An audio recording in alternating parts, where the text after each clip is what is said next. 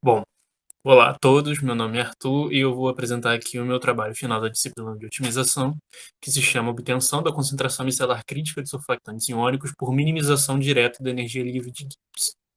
Então, para uma introdução rápida, né, a gente vai tratar de sistemas surfactantes, que são substâncias anfifílicas. Elas têm uma cabeça polar e uma cauda apolar, né, constituída de cadeias carbônicas, e elas são usadas para estabilização de interfaces, por exemplo. Elas diminuem a tensão interfacial de sistemas água e óleo. E elas têm um comportamento singular quando elas estão em solução aquosa, por exemplo, que elas tendem a se agregar, né? A gente imagina que a gente tem várias dessas moléculas livres em água e a partir de uma determinada concentração elas costumam formar esses agregados aqui, que se chamam de micelas, né, com geometria bem definida, que no caso de micelas normais, né, em água, a cabeça fica para fora, né, voltada para a água, e as caudas ficam dentro do agregado. Então, qual é a metodologia, né? O objetivo desse trabalho é a gente estudar esses surfactantes iônicos aqui, que é o brometo de trimetilamônio, o dodecil sulfato de sódio, né? E o brometo de piridina. E aí a gente vai estudar obter a concentração micelar crítica, que é a menor concentração a partir da qual o sistema tem formação de micelas, usando o modelo de termodinâmica molecular, variando o número de carbonos da cauda.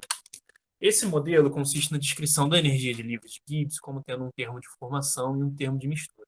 O termo de formação ele pode ser descrito como a contribuição da energia de formação da água, com o número de moléculas de água que a gente especifica, da energia de formação dos surfactantes, né, livres na solução, que é representado por esse unzinho aqui, e esse NSA é o número total de surfactantes adicionados, mais um termo referente à micelização, com o número de micelas no sistema, o tamanho das micelas, que são justamente as duas variáveis de otimização, e um termo de energia livre de micelização, né?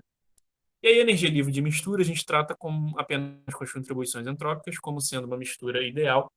Então, é aquele termo de N vezes Ln da fração, né, que tem contribuições entrópicas, que a gente pode tratar como mistura ideal, porque os surfactantes estão muito diluídos nesse sistema. Então, a gente, a partir de algum algebrismo, a gente pode descrever, né, uma função g', porque a gente desconta alguns termos que são constantes para otimização, como sendo função do termo de energia livre de micelização, que depende também do número de micelas Ng e do tamanho das micelas G, mais o termo de mistura, né, no caso, para aqui, se a gente tivesse um co-surfactante, sendo esse B aqui, mas no caso a gente não tem, então esse termo aqui seria zero. E outra coisa que eu queria ressaltar é que a gente tem apenas um valor de tamanho de micela presente no sistema, né? Representado por um desse G. Isso é uma aproximação, a gente está aproximando que a distribuição de tamanho de micelas é muito estreita, então ela pode ser representada por apenas um tamanho. A gente chama de aproximação do máximo termo. A grande questão é calcular esse termo de energia livre de micelização. A gente pode aproveitar o fato de que a energia livre é uma função de estado. Então, a gente pega esse caminho termodinâmico de, primeiro, transferir as caudas de um meio polar aquoso para um meio apolar só feito de caudas. Depois, a gente deforma essas caudas para poder formar, né, a geometria da micela, que pode ser esférica ou globular nesse trabalho. A gente forma a interface entre essas caudas e a água, né? Que é um termo também de energia livre, e depois a gente adiciona de volta as cabeças e computa o efeito das interações entre as cabeças. Então, a energia livre de micelização ela tem esse termo de transferência, de deformação, formação da interface, interações estéricas entre as cabeças e interações iônicas entre as cabeças. A de transferência de caudas ela pode ser associada com a solubilidade de hidrocarbonetos em água, né, porque essas caudas são geralmente cadeias carbônicas, e a gente usa uma contribuição de grupos, né, em termos do número de CH2 e de CH3 presentes. A deformação tem muito a ver com a geometria, né, como que essas caudas vão se organizar para respeitar a geometria, e depende se ela é esférica ou globular.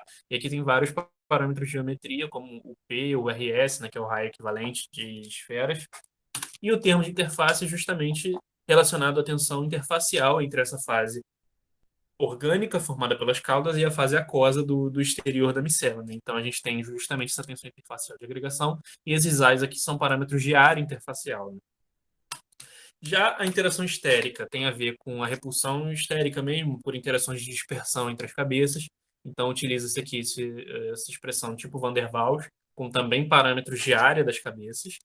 E as interações iônicas são devido ao fato de serem surfactantes iônicos, a gente tem forças eletrostáticas atuando no sistema, então a gente usa uma solução analítica aproximada da equação de Poisson-Boltzmann, que é justamente está expresso aqui. A otimização em si da energia livre de Gibbs é feita através de um método de enxame de partículas, que é um método estocástico baseado no comportamento de grupos de animais. E o que a gente faz é avaliar um domínio da função objetivo com diversas partículas, né? E essas partículas se movimentam ao redor do domínio com suas velocidades em cada interação orientadas para o valor, né, daquela interação que tem a menor função objetiva. Então você consegue orientar o movimento dessas partículas para elas procurarem eficientemente o valor de mínimo. E aí a gente precisa de um número alto de partículas para a gente poder garantir que encontrou um mínimo global e não só um local. E isso é possível porque esse método utiliza apenas o valor da função, não utiliza o valor das derivadas, né? Então ele não é tão custoso computacionalmente assim. Todos os códigos foram implementados no Python usando essa biblioteca PySwarm, que disponibiliza o método PSO, né? Que é como a gente chama ele. E a obtenção da CMC, a gente pode avaliar ele por um modelo teórico, né, nosso modelo de termodinâmica molecular, avaliando que, se eu for aumentando a quantidade de surfactantes totais do sistema, representado pelo NSA, vai chegar um momento que o número de surfactantes livres, que é N1A, não vai ser correspondente, né? A gente vai ter menos surfactantes livres do que adicionados. Isso quer dizer que alguns surfactantes que estavam livres vão lá formar micelas. Então, esse pontozinho aqui de mudança de inclinação é justamente o ponto referente a CMC. Cada pontinho desse é um ponto de otimização, né? A gente pega para um determinado número de moléculas de água e de surfactante adicionado, a gente vai e otimiza para G e NG, que são nossas variáveis, e calcula um ponto desse. E aí, com esse monte de pontos, a gente pode usar um fit de uma função de regularização, que justamente descreve esse comportamento dessa quinazinha aqui, né? Que descreve a CMC. E aí, estimando alguns parâmetros, como o A e o B e o NSA, a gente pode obter a CMC de maneira sistemática. Então, meus resultados foram, né? A primeira analisando a função objetiva, as variáveis de otimização eram G e NG, e a gente tem um gráfico aqui para um sistema com mais ou menos 3 milhões de moléculas de água e 10 mil de surfactantes, né? Bem diluído surfactante. A gente pode ver que, de fato, o G ele é mínimo quando você tem formação de micelas, então aqui, né? E essa região, pelo menos nessa resolução de gráfico de contorno, ela é bem ampla. E a gente tem alguns mínimos locais que, dependendo da geometria, principalmente para a geometria globular, é um pouco difícil de você achar um mínimo global com método de otimização. Então, as simulações demoram mais um pouco quando é globular, a gente precisa botar uns enxames um pouco maiores. E, além disso, eu queria demonstrar também essa região aqui, que justamente tem a ver com você ter restrições associadas ao seu problema, né? No caso de balanço de massa, por exemplo, a gente bota um número de surfactantes totais e a gente tem que garantir que o número de surfactantes livres não é negativo, né? A gente não pode formar mais micelas do que a gente adicionou de surfactante. E também tem questão de restrições geométricas, como, por exemplo, as geometrias esféricas. A gente garante que o raio da micela esférica não pode ser maior do que o comprimento total da cauda, né? Porque a gente só vai ter caudas ali dentro, não cabeças, então a gente tem esse tipo de restrição para a geometria também. E aqui a gente tem o gráfico de contribuições, né, da energia livre de cristalização. A gente pode ver aqui por esse efeito marrom aqui, no total, é um efeito estabilizador você formar a micela, né, dado por um delta-mi negativo, e que a única contribuição que estabiliza, na verdade, é você transferir a cauda, que é apolar de um meio aquoso, para o meio apolar, o que faz todo sentido, né? Porque ele prefere ficar em meios apolares e meio. Os outros termos são todos de desestabilização, né? Tem contribuições positivas, e com destaque para a de formação de interface, que quanto menor a micela, né, mais área interfacial você vai ter, de modo que você desestabiliza mais a formação de micelas. Por isso que o termo diminui quando você aumenta o tamanho da micela. E assim como o termo iônico, ele aumenta um pouquinho conforme você aumenta a micela. Já os outros não têm tanta dependência assim. Aqui, né, a gente estou comparando a geometria esférica com a geometria globular para o brometo de trimetilamônio para NC igual a 15, né? Eu fiz para vários NCs. E aí a gente vê que do esférico para o globular tem duas diferenças principais. Primeiro, a quantidade de simulações.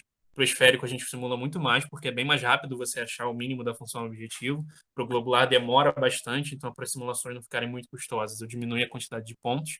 E se você for ver aqui, a CMC aqui ficaria mais ou menos em torno de 80, no NSA 90, aqui já ficaria em torno de 130. Então, em alguns casos, principalmente para esse caso, o cálculo da CMC, né, ele vai ficar diferente de geometrias esféricas para globulares, o que pode indicar realmente que tem uma transição ali, pode ser que tenha uma mistura das duas. E aqui a função de regularização também ela foi estimada para obter a CMC, que é esse ponto mais ou menos aqui. Então a gente obteve os resultados de CMC para o brometo de piridina, para o sulfato de sódio e para o brometo de trimetilamônio. Para esses dois primeiros, a gente pode ver que o modelo teórico ele pega muito bem os dados experimentais representados pelo X, por exemplo, né? Ele subestima um pouquinho esses dados experimentais, mais no caso do sulfato de sódio, e a esférica e o globular não produziram grandes diferenças significativas, né? Nesse caso aqui do brometo de piridina globular, ele foi um pouquinho melhor. No caso do sulfato de sódio, o esférico foi um pouquinho melhor, mas não teve uma grande diferença assim. E os valores estão muito bons, né? Então a aproximação do máximo termo foi válida. Aqui a gente tem uma boa diferença entre o esférico e o globular. A gente acredita que essa diferença se dá porque no globular, geralmente as micelas são maiores, né? Tem mais moléculas. Então, a gente, como tem essa diferença no tamanho, a gente acredita que talvez se a gente introduzir o efeito de distribuição, né, a gente permitir que tenha mais de um tamanho característico de micela, também, talvez a gente consiga fazer meio que uma média por aqui e acertar justamente no dado experimental. Mas como é um modelo totalmente preditivo, esses resultados aqui foram considerados muito bons e também tem a inclusão da aproximação de máximo termo, que também ficou boa. Um comentário é que geralmente você pode ver aqui que talvez aqui embaixo esteja tendo uma predição melhor de CMC, mas é porque esses valores eles são muito baixos. Então, o desvio absoluto ele fica mais baixo, né, obviamente, mas o desvio relativo é basicamente constante, independente do número de carbonos na cauda que você está analisando, né? Mas os resultados são muito bons de qualquer forma. Então, para concluir, o método da minimização direta da energia livre de Gibbs foi capaz sim de representar o processo de micelização. A gente viu que o mínimo se encontrava quando tinha formação de micela. O modelo de termodinâmica molecular produziu bons resultados de CMC para surfactantes iônicos, né? Então a gente consegue completamente preditivo. O método de enxame de partículas, embora tenha encontrado alguma dificuldade ali nos geometrias globulares, elas foram eficientes para encontrar o mínimo global, e a aproximação no máximo termo se mostrou adequada na maioria dos casos.